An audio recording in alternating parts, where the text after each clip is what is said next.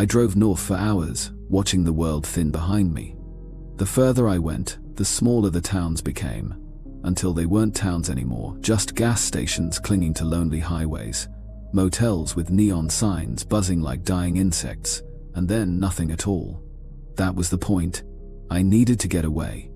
My life back home had become noise phones vibrating at all hours, meetings stacked like bricks, conversations that never ended. My friends thought I was running away from stress. Maybe they were right. But what I really wanted was silence. True silence. That's what Birchwood Lake promised. No crowds, no families with screaming kids, no tourists dragging coolers. Just a forgotten trail, a black lake in the middle of pine wilderness, and me. By the time I reached the dirt road that cut deep into the forest, the sky had shifted from pale blue to a low, washed-out gray. Clouds dragged across the horizon like bruises. The road narrowed, branches clawing at the sides of my car, and when it finally ended, it ended completely. A wooden sign, barely legible, read, "Birchwood Trail, 2 miles." I sat in the car for a moment, listening. Even with the engine off, the world was unnervingly still. No wind, no birds. Just silence so thick it pressed against my ears. My chest ached with anticipation, or maybe dread. The trail was easy, almost too easy. Flat, well-worn, as if countless boots had traveled it before me. My pack was heavy, but the rhythm of my steps carried me forward. At first, the forest felt welcoming. Pines soared above me, their needles hushing the wind, the scent of resin sharp and clean. The ground was carpeted in moss, damp and springy beneath my boots. Somewhere far off, a loon called a long, mournful cry that echoed across the land. I smiled. This was it. This was why I came. But the further I walked, the more the forest changed. The green glow dimmed, the pines grew closer together, their trunks black and unyielding. Fallen logs lay like bones. Across the trail, the silence deepened, broken only by the creak of old wood swaying, the occasional drip of water from unseen branches. Every so often, I'd stop and listen, convinced I'd heard something behind me. But the trail stretched empty, the stillness complete. By the time the trees broke open and the lake came into view, my relief was overwhelming. Birchwood Lake wasn't beautiful, not in the way brochures made wilderness look. It was heavy, dark. The water was so still it looked solid, like obsidian glass. The sky reflected in it, pale and bruised, creating an endless mirror. No ripples, no movement. I set my tent, a respectful distance from the shore, tucked between 2 thick trees. The air smelled damp, metallic. The first can of beer cracked open with a hiss, and I sat at the edge of the water, letting my body sag into the chair I'd carried all this way. For a while, it was perfect. Loons called again, their cries haunting but comforting. The forest whispered around me. The silence that had felt oppressive on the trail now wrapped me like a blanket. Hours passed. The sun dipped, the sky shifted from gray to violet, and finally to a deep, bruised blue. That's when the feeling started. Not loud, not sudden. Just a shift. A weight pressing against the back of my neck, the sense of being watched. I told myself it was nerves. The first night alone always feels that way. But as I gathered wood and built a fire in the old stone ring, the feeling didn't fade, it thickened. The fire caught quickly, crackling to life, painting the trees in orange light. The circle of warmth felt safe, but beyond it, the dark was absolute. I kept glancing over my shoulder. Every rustle made me stiffen. Every snap of a twig in the undergrowth sent a spark of panic through me. I tried to distract myself, heated a simple dinner, scrolled through memories on my phone, even hummed to break the silence. But the sense remained. And then came the first sound. Crack. Sharp. Sudden. Violent, like a branch snapping under real weight. I froze, my spoon halfway to my mouth, my eyes shot to the dark beyond the fire. Hello? My voice cracked, pitiful against the silence. Nothing. Not the sound of an animal bolting. Not the shuffle of leaves. Just silence, deeper than before. I laughed nervously, forcing myself to move. Deer, I whispered. Has to be a deer. but my hands were trembling when I reached for my flashlight. The beam cut through the dark, illuminating trees, ferns, shadows leaping like startled animals. I swept it left to right, nothing. I lowered it, heart hammering. Just as I did, instinct screamed at me, turn it back. I swung the light to the right and froze. At the very edge of the beam stood a man. Tall. Unnaturally tall. His shoulders broad, filling the space between two pines. He wore dark, ragged clothing, and his face, his face was hidden, swallowed by shadow. But he was there, standing still. Too still. For a heartbeat, I thought my mind had conjured him. A trick of light. A shadow mistaken. Then he moved. Not startled. Not surprised. Just one long, deliberate step backward. And he was gone, absorbed into the darkness, as if he'd never been there at all. The flashlight shook in my hand. My throat burned with a scream I couldn't release. He had been there. He had been watching me. Panic consumed me. I didn't think, I just acted. I lunged for my tent, ripping stakes from the ground, collapsing the nylon in a heap. My hands moved faster than thought, stuffing the entire structure into my backpack with wild, clumsy shoves. The fire hissed as sparks scattered. The night closed in. I ran. Not down the trail, God, no, not where he had been. I ran into the trees, branches whipping my face, roots clawing at my boots. My pack banged against my spine with every step, heavy, unbalanced. I ran until my lungs burned, until my legs threatened to collapse beneath me. Only then did I stop, huddling against a fallen log, gasping. The forest pressed close. Every sound was amplified, the beat of my heart, the hiss of my breath, the groan of distant trees. And then, footsteps, slow, heavy, deliberate, not crashing like an animal, not rushing like prey, but steady, following. I killed the flashlight, my trembling thumb sliding over the switch. Darkness swallowed me whole. The footsteps continued, measured, purposeful. They stopped when I stopped, started when I started. I pressed myself flat against the log, the damp bark digging into my cheek. I wanted to scream, to run, to do anything but wait. Minutes dragged into eternities. At last, silence returned. The footsteps faded, swallowed by the night. But the silence wasn't safety. It was worse. Because silence meant I'd lost track of him. I don't remember deciding to move, my body just did. I crawled, inch by inch, until I dared flick the flashlight on its dimmest setting. The beam shook, trembling over roots and moss, guiding me toward what I prayed was the trail. And then, blessedly, I found it. The packed dirt, the faint line through the trees. I ran. 2 miles back to the car, 2 miles through blackness so thick it felt alive. Every twig snap behind me sent new waves of terror through my chest. Every gust of wind whispered his breath against my ear. When at last my headlights appeared through the trees, I nearly collapsed. I fumbled the keys, slammed the door, locked it twice. Only then did I look back. For a fraction of a second, I swore I saw him at the tree line, tall and still, watching as my engine roared to life. And then he was gone. I never told the police. What would I say? That a man had followed me silently for hours, only to vanish?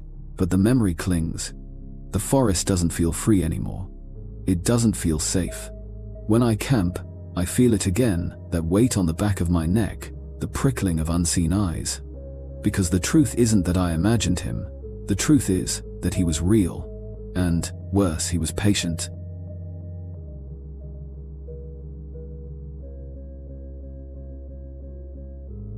The road stretched endlessly ahead of me, a gray ribbon dissolving into twilight.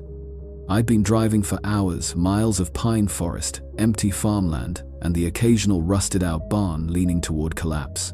The radio was dead, my phone had no signal, and the silence in the car grew heavier with each passing minute. I wasn't running away from anything. That's what I told myself. At least, this trip was supposed to clear my head, give me space to think. A solo drive across the Midwest, stopping wherever I pleased. But somewhere between the fading sun and the growing dark, the road began to feel less like freedom and more like a trap. The air in the car was stale. My eyes ached from staring at the same stretch of asphalt. I glanced at the fuel gauge, half a tank. Enough to keep going, but not forever. That's when I saw him. A figure on the shoulder, thumb out, silhouetted against the dying light. He looked harmless, maybe mid-30s, lean, with a travel-worn jacket and a small duffel slung over one shoulder. His hair was long, shaggy, and he had the kind of smile that was almost apologetic. I should have kept driving. God, I know that now. But loneliness makes bad decisions feel reasonable. I slowed, rolled down the window. "Need a ride?" I asked. He leaned in, his face catching the last of the Sunday, his eyes grey, sharp, too sharp met mine. "If it's not too much trouble." Something in his tone was practiced, smooth, but I unlocked the door anyway. The seat creaked as he slid in. He smelled faintly of earth, of smoke, and something metallic I couldn't place. "Name's Daniel," he said. I gave mine, though a part of me regretted it immediately. He smiled wider. "Good.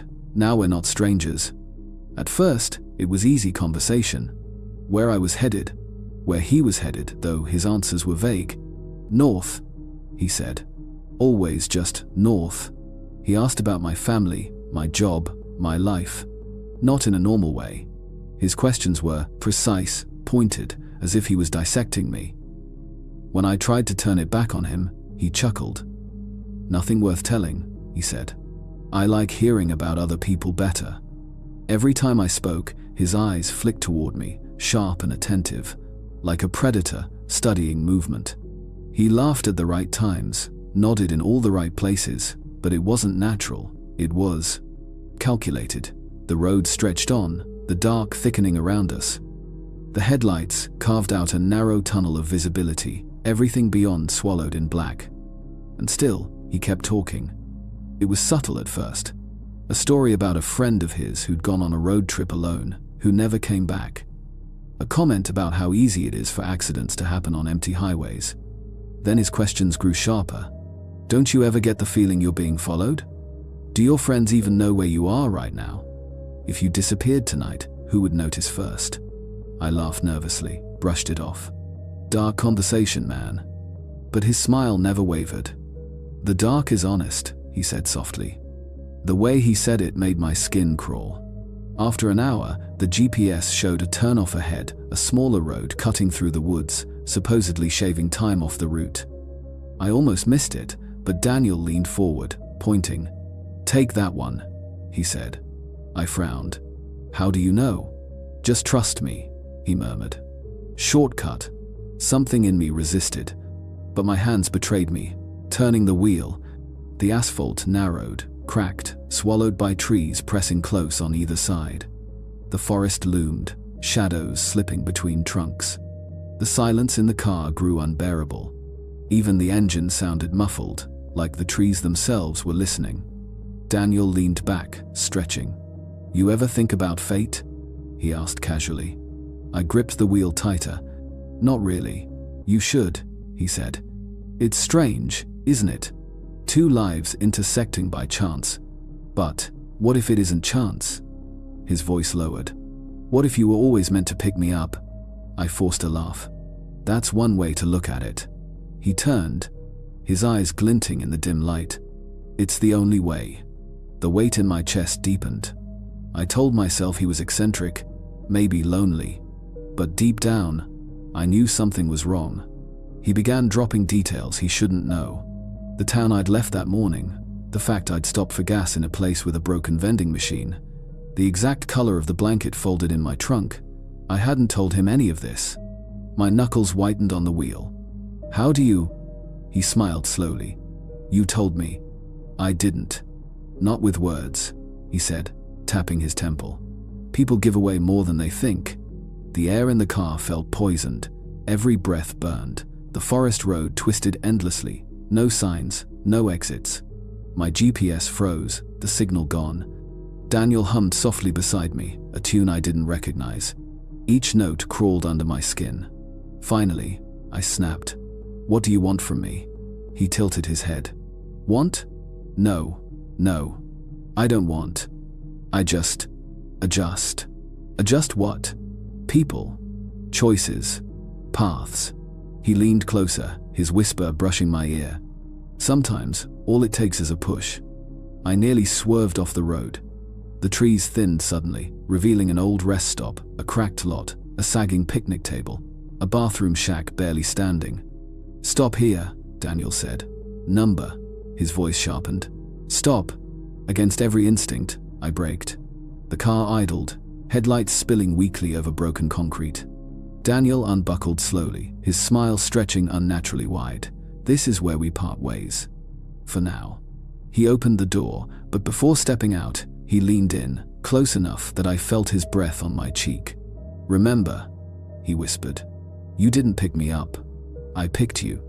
And then, he was gone, swallowed by the trees. I sat frozen, the engine rumbling, beneath me. My hands shook violently against the wheel. The forest pressed in, thicker than before. I half expected him to reappear, to open the door, to climb back in, but he didn't. I drove until the forest broke, until lights of a distant town flickered like salvation. Even now, weeks later, I feel his presence. In the quiet moments, when I'm alone, I hear that whisper again. "You didn't pick me up. I picked you." And the worst part is, I believe him.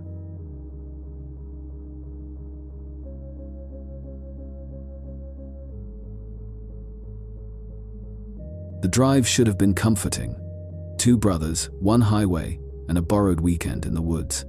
My older brother Cameron had picked the spot remote, hidden, not even marked on most maps. He said we needed this. No work, no phones, no buzzing city lights, just us, a tent, and the silence of the forest. But silence has a way of swallowing things whole. The deeper we drove, the fewer signs of civilization we saw. No gas stations, no faded diners, not even other cars. Just miles of pine and birch, their trunks stretching upward like pillars holding up a dim, overcast sky. Even the air changed, heavy with damp earth and resin. "Feels like the middle of nowhere," I muttered, leaning against the cool glass of the passenger window. "That's the point," Cameron said, grinning. "You'll thank me after the first night. No noise, no neighbors, just pure peace." He sounded confident, but something gnawed at me. We'd packed for a normal camping trip: tent, food, stove, matches, but the woods we were driving into didn't feel normal. They felt ancient, as if we were intruding on something that didn't want us there. By the time we reached the trailhead, the sun was already dipping low, bleeding orange light through the trees. We hiked the last mile with our packs heavy on our shoulders, following a trail so narrow it seemed more animal than human. And then we broke into the first clearing. That's where the unease began. At first, I thought it was trash. A single trekking pole leaned against a crooked oak, its handle cracked but still usable. $100, at least, just sitting there. "Lucky find," Cameron said, but his tone didn't match his words. He didn't take it, just walked past. In the next clearing, we found boots. Not old, rotting things, but leather hiking boots placed side by side, as if someone had stepped out of them moments ago. "Creepy," I whispered. Cameron forced a laugh. "Rich kids, probably packed too heavy and dulled, ditched what they didn't want." But the pattern continued. A little farther in, we spotted a water filter, expensive, pristine, left in the dirt. A tattered but high-quality jacket snagged on a low branch. A backpack strap torn clean through, as if cut. By the time we reached the widest clearing and set up our tents, I couldn't shake the thought. People had been here. People had left things behind. Not lost. Not forgotten. Left. The air felt thicker there. Like we weren't alone. That night should have been perfect. The fire crackled, warm and golden, sparks rising to join the stars. Cameron sat across from me, nursing a beer, his face glowing orange in the flames. But beyond the fire's reach, the forest pressed close, black and suffocating. Every shifting shadow felt like movement. We talked anyway. About work, about old friends, about nothing that mattered. I kept glancing sideways, pretending I was relaxed, but my eyes betrayed me. always searching the darkness. Then Cameron froze mid-sentence. "What?" I asked. He nodded past me. "There. Look." I turned, and far, far away, a tiny pinprick of light flickered between the trees. A fire. Another campfire. But there were no trails, no campsites, no reason anyone should be that deep in the woods. "Could be hunters," Cameron offered, though his voice was thin. We stared at it for a long time, the small ember burning steadily in the blackness. Then Cameron shrugged, forcing a smile. "Not our business. Let's eat." We opened chips, cracked jokes, let the fire burn down. But I never stopped thinking about that distant light. I woke to the cold, the kind that seeped through sleeping bags and into bone. My bladder screamed, and after minutes of resisting, I gave in. The clearing was silent when I unzipped the tent. The fire was dead, just glowing ash. The forest loomed, silver under the moon. I walked a short distance, the ground icy beneath my feet. Instinctively, my eyes sought the distant fire. It was still there, a stubborn, unnatural glow. I stared longer than I should have, and slowly, the night adjusted around me. That's when I saw them. Shapes. Dark, vertical, too uniform to be trees.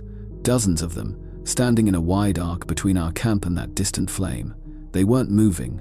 They weren't shifting like shadows should. They were facing us. My chest clenched. My breath came sharp and shallow. I blinked hard, convinced I was seeing things. But they didn't vanish. One of the figures had something reflective, a glint, like metal or glass catching the moonlight, watching. Always watching. I stumbled backward, my heart hammering, and nearly ripped the zipper off Cameron's tent. "Cam!" I hissed, shaking him. "Get up. Now." "What?" he groaned. "Outside. People." His face soured with annoyance, but when he crawled out and looked toward the tree line, the color drained from him. They were closer now. At the very edge of our clearing, rows of silent silhouettes, standing as still as carved statues. "Should we leave?" Cameron whispered, his voice trembling. I couldn't speak.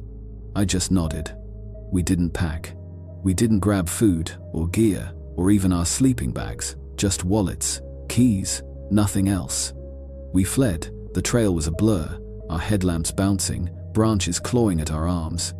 Behind us, the clearing seemed to exhale a long, soft sigh, as if the figures had followed. I didn't dare look back. 2 miles. 3.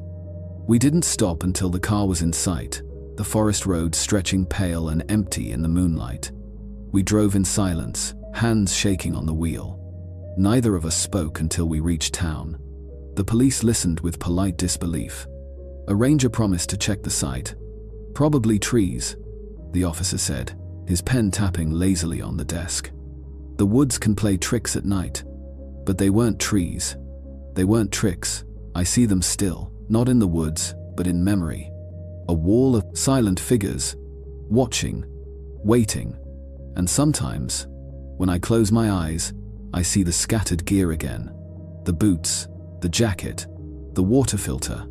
Not abandoned, not forgotten, left behind. Like trophies, or warnings. And I wonder how many others made it as far as the car.